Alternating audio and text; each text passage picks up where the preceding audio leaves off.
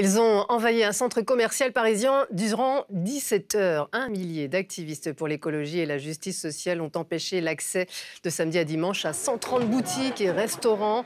Des militants qui appellent à la désobéissance civile. Ils prévoient d'autres actions. À la base de cette action, Extinction Rébellion. D'où vient ce collectif, Pauline Forgue, et qui sont ses membres ? Eh bien, c'est un peu un mystère puisque ce mouvement ne revendique aucun leader officiel et il se cache derrière ce logo, un cercle qui représente la Terre, à l'intérieur duquel on trouve ce sablier qui, bien sûr, représente le temps qui passe, mais aussi qui rappelle que le temps est compté pour agir. Alors, dans les faits, tout le monde peut y participer. Les militants qui le souhaitent peuvent se connecter sur le site internet et proposer des actions qui sont validées ou non par les autres participants.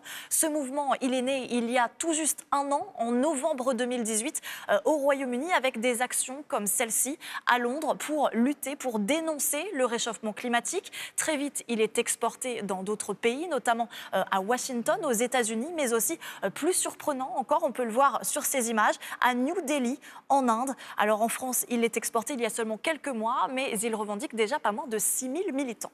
Et d'autres actions, on le disait, sont à venir. Pauline, qu'est-ce qui est prévu exactement ? Eh bien, un programme a été diffusé largement sur les réseaux sociaux au cours des derniers jours. On peut le voir ici, plusieurs actions vont être menées dans les prochains jours. Un tweet tout à l'heure, en début de soirée, invitait notamment les militants qui le souhaitaient à se retrouver au parc de la Villette à Paris pour la cérémonie d'ouverture de la semaine de rébellion internationale.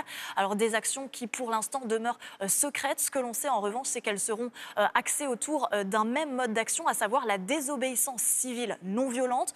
On peut citer deux exemples récents. Le premier, c'était en mai 2019. On voit ici des militants qui se sont retrouvés sur les marches du Trocadéro pour déverser pas moins de 300 litres de faux sang afin de dénoncer le réchauffement climatique. Et puis plus récemment encore, en juin 2019, ces autres militants qui, eux, se sont retrouvés au pont de Sully à Paris pour bloquer la circulation pendant plusieurs minutes avant d'être délogés par les forces de l'ordre. Merci beaucoup, Pauline.